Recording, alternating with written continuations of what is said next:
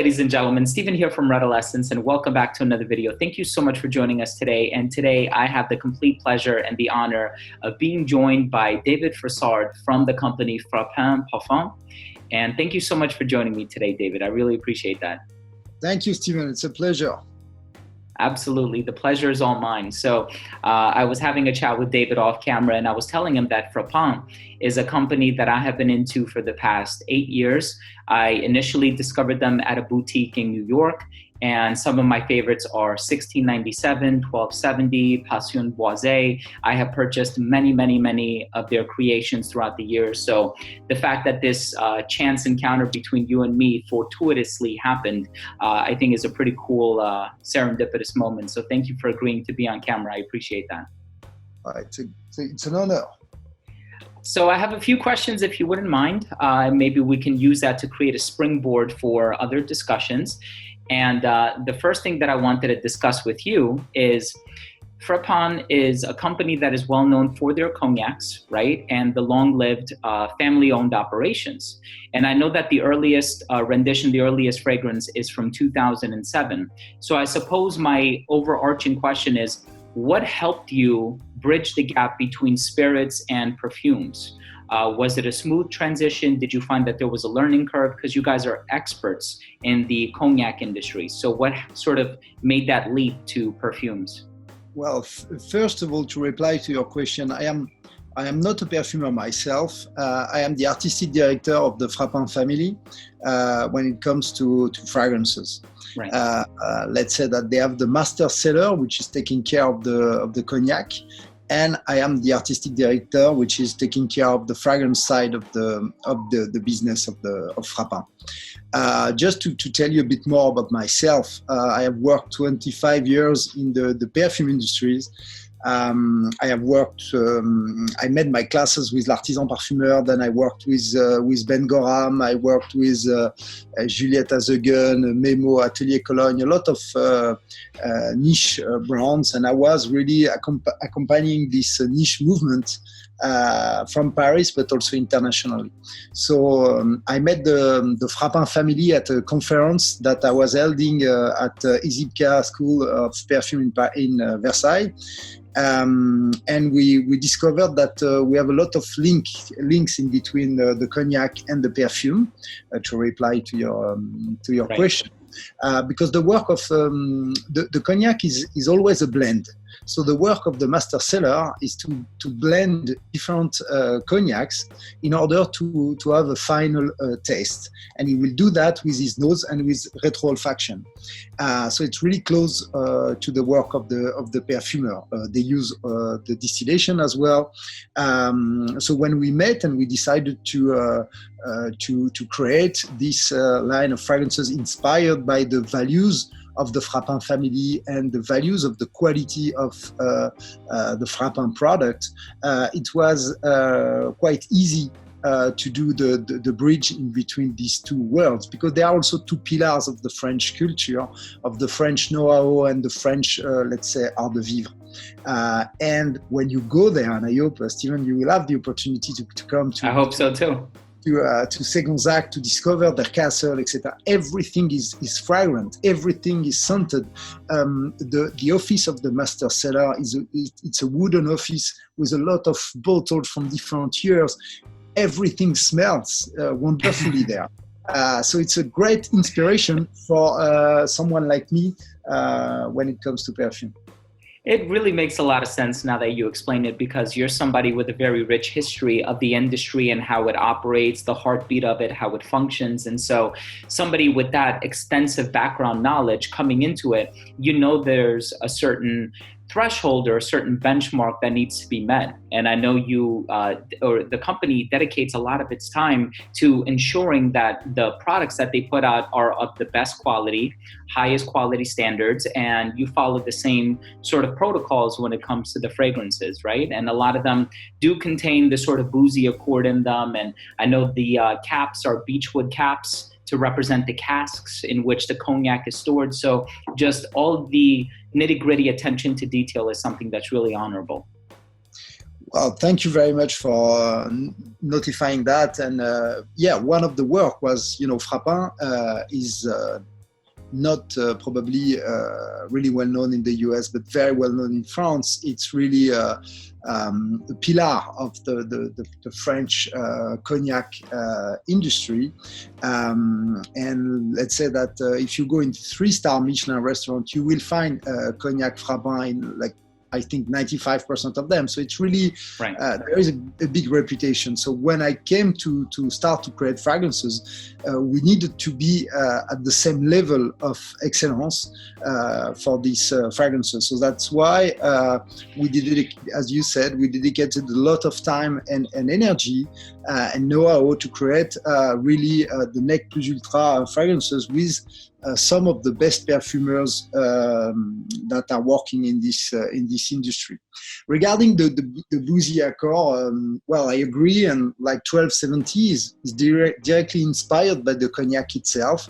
And when you talk about cognac to a perfumer, his inspiration and imagination will be driven towards old rum, old cognac, like Boozy Accord, fireworks, etc. Fireplace, sorry, not fireworks, right. Fireplace at home, etc. But it was also a big part of my work to start from there, but then to move towards a different direction. Basically, what I try to express is the gentleman farmer way of life of the Frapin family. And the different fragrances, we have used different alcohol inside, like we have in Lumanist, we have a gin and juniper berries accord. We have some very fresh fragrances which are inspired by the different part of the Frapin family and their history. And right, we have some fragrances which are going to evoke alcohol, but it's not the majority, and the majority of them are fresh, stylish. I try really, my work is to do perfume for men, but in a very stylish and very refined way. That's what I mean, because when you think of a lot of fragrances, right, they will inevitably contain ingredients that are also found in alcohol, either because those spices or ingredients are used in the fermentation of that spirit. So you take something like ouzo, for example, you know it's going to have licorice, a star anise. The same thing can be said about sambuca. And so naturally you smell certain spices and it will invoke, or will conjure up these thoughts and these images of the certain alcoholic spirits that they're meant to be a representation of. And so honestly, it makes a lot of sense. And I think that with that comes a lot of versatility. And so, you know what? This one doesn't necessarily need to smell like rum, or it doesn't need to have a rum accord. And that was actually going to be one of my next questions, is I noticed that a lot of Frapin fragrances are an homage to the fine cognacs that the company produces. And everything from the beechwood caps that I mentioned to the names of the fragrances kind of allude to the rich history of the brand. One of my favorites of all time, Bertrand Duchaufour composition, 1697. And this fragrance specifically has a boozy accord in it, along with dried fruits and some spices. So aside from the intention of having some fragrances that smell like alcoholic spirits, what was the inspiration behind, maybe we can talk about fragrances like Isle of Man or the Orchid Man, because I know a lot of these fragrances, they do have something that they're sort of intended to convey, right? Speakeasy, Isle of Man, Orchid Man.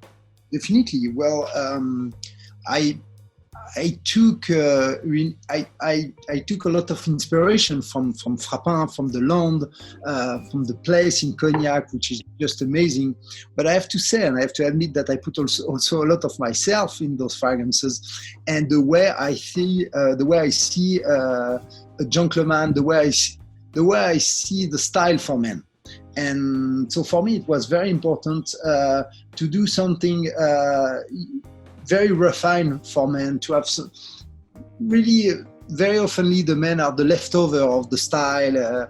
Everything is dedicated to women. And here my work was really to create gentleman fragrances with a different touch. So in Orchid Man, for instance, which is one of my favorite fragrances, it's inspired by the boxing boxing scene. I think it's the first perfume inspired by boxing. The Orchid Man was actually the nickname of the French worldwide champion of boxing called Georges Carpentier. And when he moved to the US, he was a worldwide hero. He moved to the US and he started to be very well known and to do some musical, etc. And in the US, they gave him this nickname.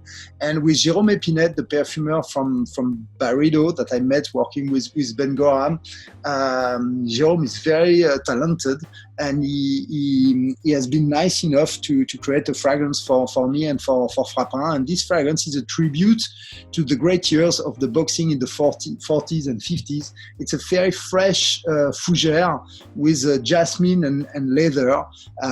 It's really a gentleman, sportive type of fragrance, which is for me very interesting, because how it's difficult to do something a bit sporty for men without being like cheap and to stay very, very chic. And that was the challenge in this fragrance, and Jérôme Épinette did that really well. He's a great guy. I've had the pleasure of meeting him in person. He was doing, like you said, he's done work for Byredo, Atelier Cologne, and especially with the Orchid Man, I love the progression of this fragrance. It opens up very bright, very full, very citrusy, very effervescent, but there's a sort of woodsy, musky thing going on in the base that kind of sustains the fragrance and allows it to last for many, many hours on my skin. Because normally, you know, with a lot of citrus fragrances, they're very volatile, they're very ethereal. You're not going to get past a couple hours longevity, but there's just something about the Orchid Man, all of the accords, the jasmine and everything like that, that makes it so interesting. And I love the progression of it. And like you said, when you came into this, you are bringing your experience, and you're very experienced. And we are all sort of, to use a quote that was popularized by Sir Isaac Newton, we're all midgets standing on the shoulders of giants. So at the end of the day, we cannot help but bring our experience into the creative direction, the creation of certain fragrances. And like you said, this going back to the 40s and 50s, is something that, you know, I like for the image of the brand or what it encapsulates to be a very comprehensive. And I think you've managed to do that very well. So kudos to you.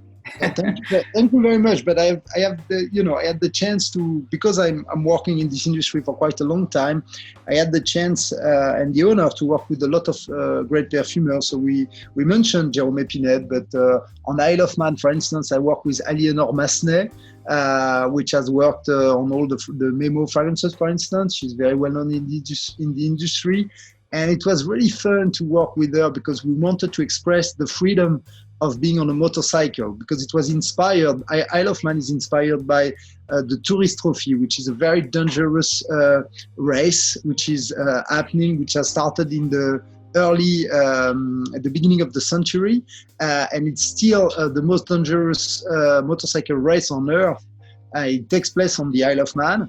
And Aliénor, which is absolutely not a motorcycle fan, etc., she was really interested to try to convey this feeling of freedom of the motorcycle, and that's what she did with this salty vetiver, violet accord, very very fresh, like citrus essence of citrus and orange.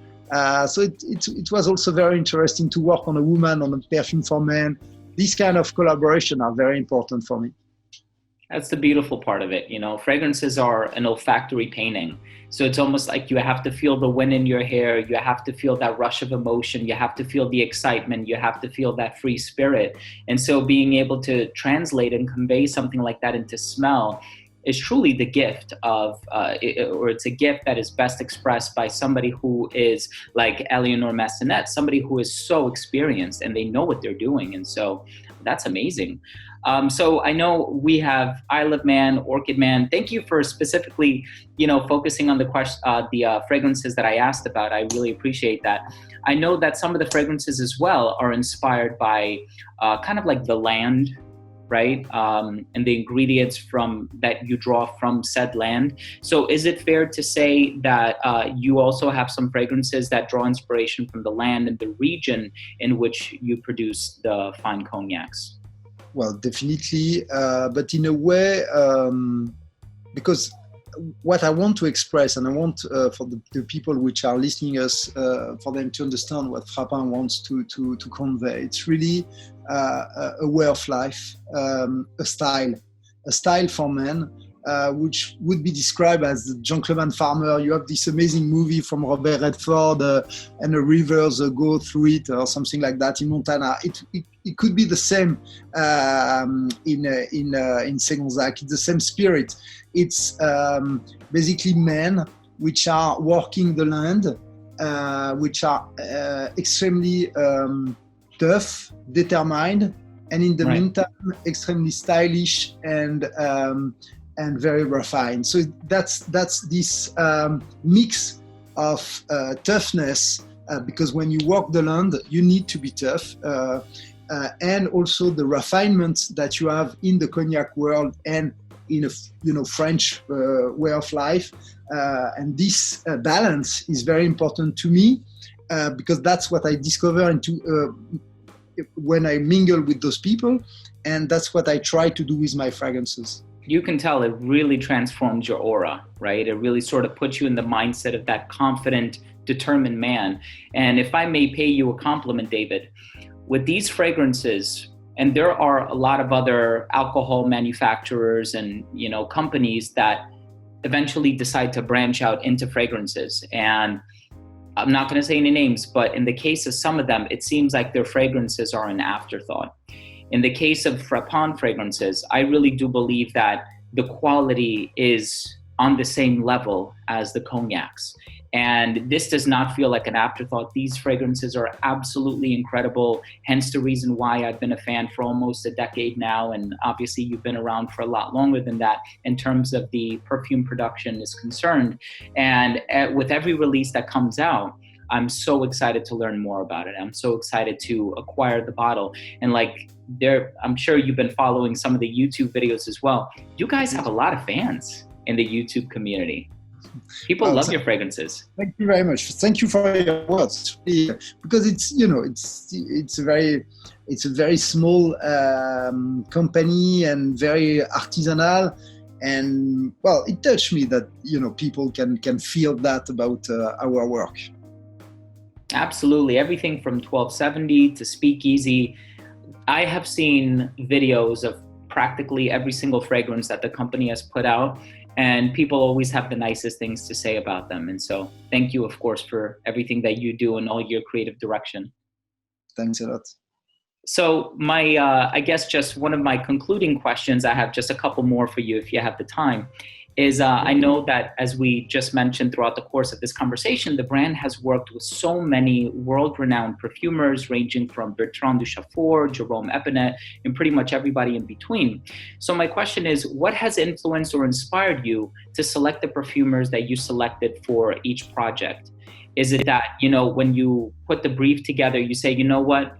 For this particular fragrance, I know Bertrand is going to do the best job. For this particular fragrance, I know this perfumer is going to do the best job. Or is it a matter of, taking in submissions from all of these perfumers and then eventually saying, you know what, this is the one that resonates the most closely with the brief that I submitted? Yeah, but thank you for your question. No, it's really what drives me in general in my life and also in my work. It's the people. I would maybe shock your audience, but I'm not a fragrance lovers or fragrance passionate, which I am. But, of course. I'm not doing that for the sake of the fragrances. I'm doing that for the sake of the people. So what is important to me is really the people, how we can meet, to exchanging with you, exchanging with the perfumer is the same, to mingle, to try to understand, to find the bridges. So for me, it was very interesting also I wanted to work with Jerome Epinette to develop these fragrances. I was so keen to create a speakeasy with Marc-Antoine Corticiat. Actually, I'm talking to you from Corsica, which is a small, beautiful island in the south of France, where my parents are living and where I'm come from, such as Marc-Antoine Corticiat, which is an amazing perfumer the perfumer from Parfum Empire. And the work with him, developing Speakeasy, was both tough because he's a friend, so it was not so easy to create, but meantime so interesting. So I think that's this friction in between people, and especially talented people, which I think can create a sparkle. And I hope this sparkle is seen in our fragrances. And like you mentioned, you know, I had the pleasure of meeting Jerome Epinet last year. I had the pleasure of meeting Bertrand Duchaufour in person this year, this past February, when I took a trip to Paris.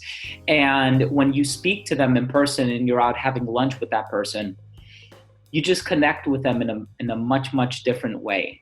And you start talking about the fragrance and your idea for it, and you pitch ideas to them, they pitch ideas to you, and that communication just seems so organic and so natural. And you're like, you know what? Yeah, this has to be the person for the job. And like you said, it's all about knowing and understanding the person, and that sort of precedes any other creative input that might come later on. Exactly, and you know, in some of the creation, I was trying to find a perfumer which was close to the story I wanted to tell. Like for Orchid Man, Orchid Man talks about a French who lived in the US, and it was interesting to thank Jérôme Epinet to do that because he was close in a way to the story. On other fragrances, it was very interesting to take perfumers which are very far from that.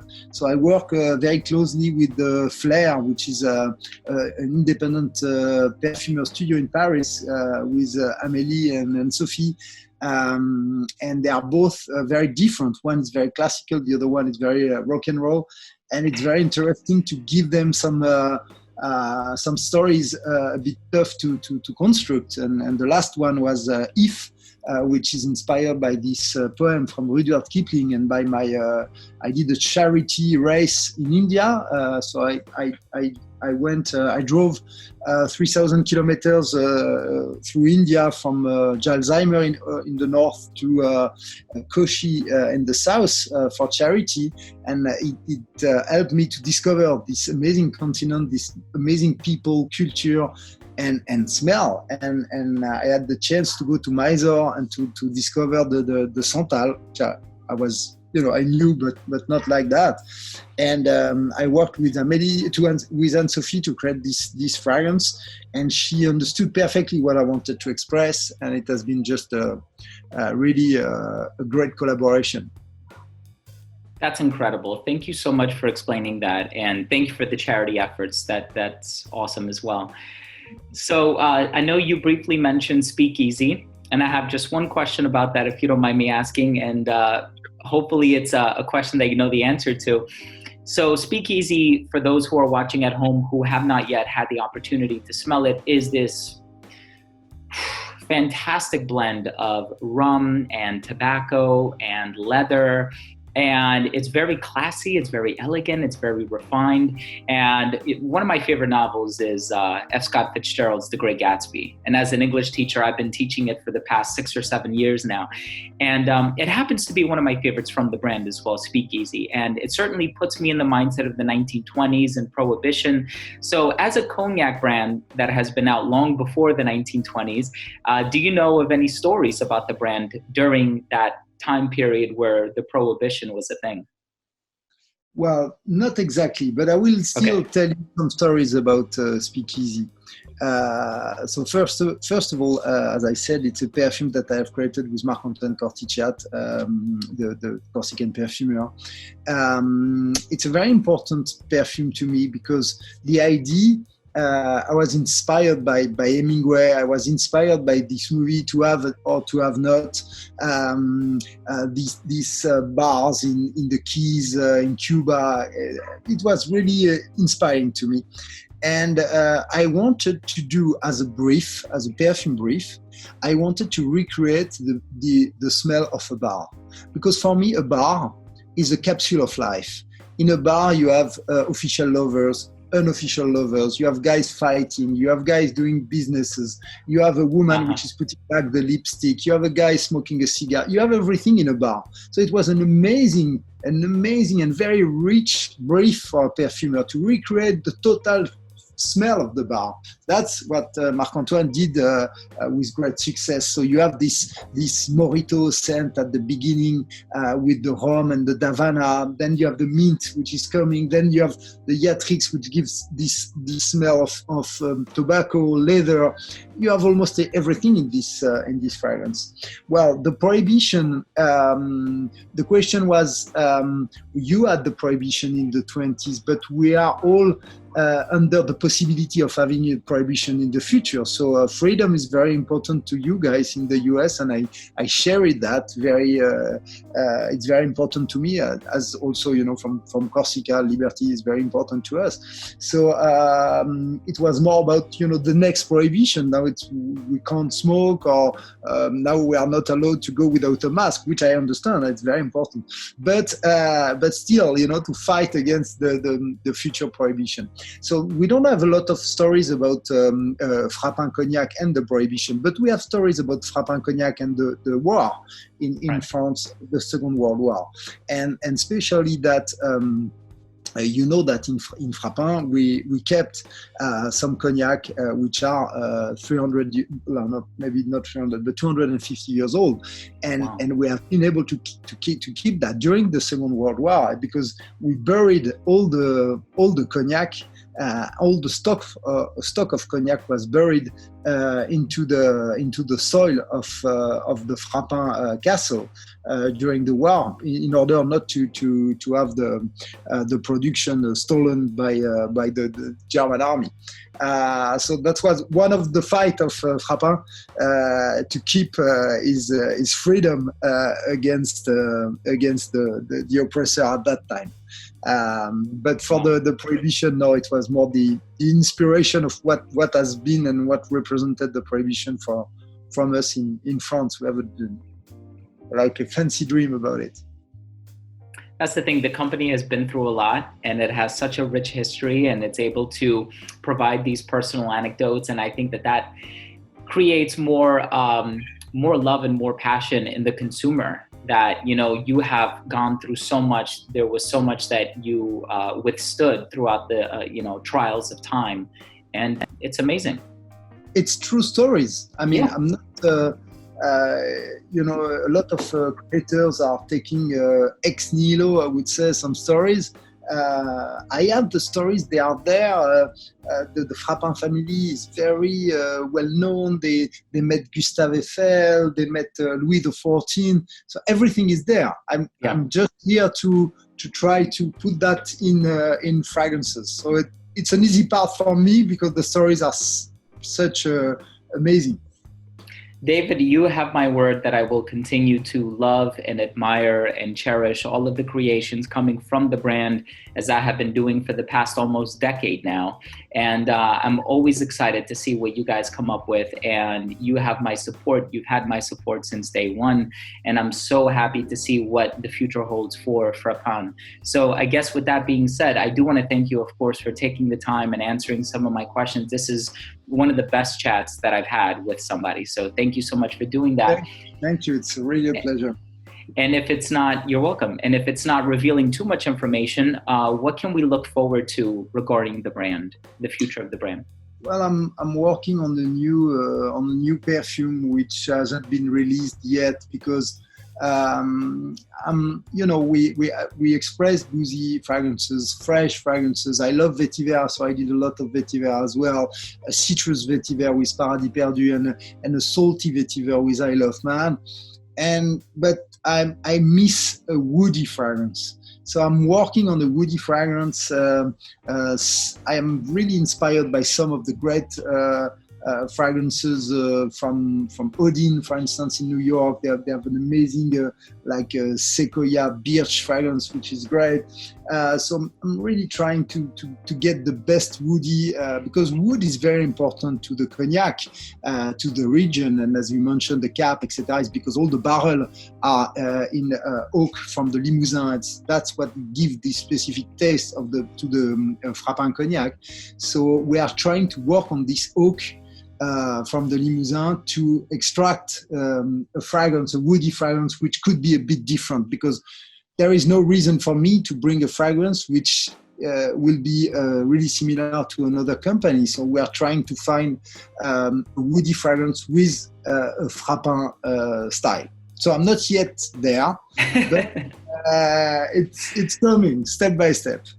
Okay, I'll keep my patience. I know whatever you come out with in the near future or, sometime in 2021, I know it's going to be amazing. And I just want to thank you once again for taking the time to answer these questions. For everybody who is watching at home, I will leave links down below to where you can discover the brand, purchase some of their creations, learn more about them. And thank you again, David. I really appreciate it.